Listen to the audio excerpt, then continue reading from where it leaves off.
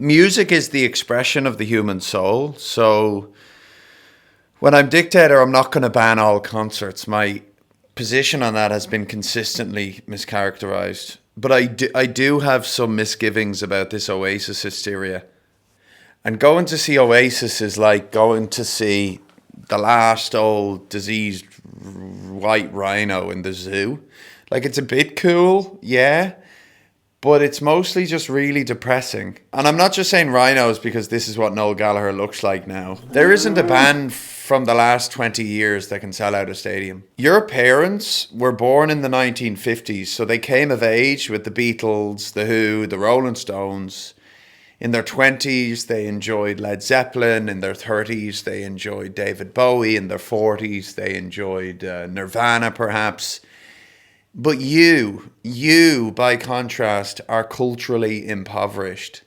So you pay for dynamically priced nostalgia. It's like your parents overthrew the empire and you visited Lenin's mausoleum and call it the same thing. And also you're paying for Noel Gallagher's second divorce, by the way. So hopefully next to the stand selling bucket hats and beer, there'll be a priest offering indulgences for those interested. I don't know why bands don't exist anymore. Some might say it's because of how cheap it is to produce stuff on a MacBook as opposed to renting rehearsal space. So people kind of go it alone in communist cubby holes. Other people would say that the internet has democratized music production, so it basically just means that no act can be as big as acts used to be. I also don't know if there's a place for a new Liam Gallagher.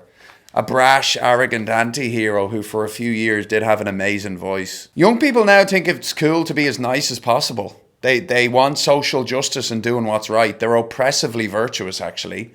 And I don't think Liam Gallagher would last too long in a climate like this one. I thought you were fucking ass. You just had a baby, blood. Faggots ass. No problem, blood. Faggots ass. Yeah, bring it. Wanker. You Bring look it. like a bad dick. Bring it. Come on then. Pull your fucking cameras away now, fucking leather, you Right. knobhead. You don't need I'll it. leather you You knobhead. just had a baby.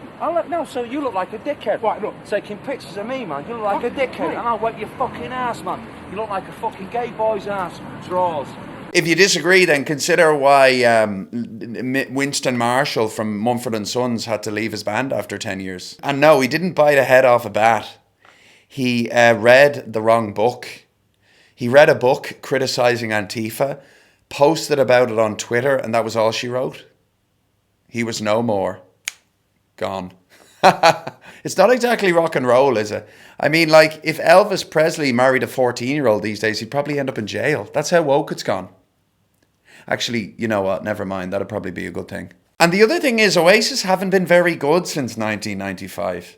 Ever since then, they've just coasted off the fact that there's a very empty marketplace. Check out this list of the most profitable rock bands year by year between 2015 and 2025. That is absolutely disastrous. So look, I don't even mind what you want to do with your time and money. It's your life. No skin off my nose. But I just don't like when people lie about what it is. Oasis fans remind me of those adults who get excited about Christmas in September, convinced that, you know, once again, this will be the year that feeling of childhood magic will finally return. It's not returning.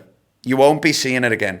The only thing you'll be seeing again is another link set off your grandmother and a video link from your dad about a conspiracy theory into the death of Kirsty MacColl. If you want something new, if you want something fresh that isn't covered in flies, if you want something that isn't secondhand slop, you're going to have to get into rap music. That's where all the bad boys are now. So anyway, thanks so much for watching News of the Week. I'll see you soon.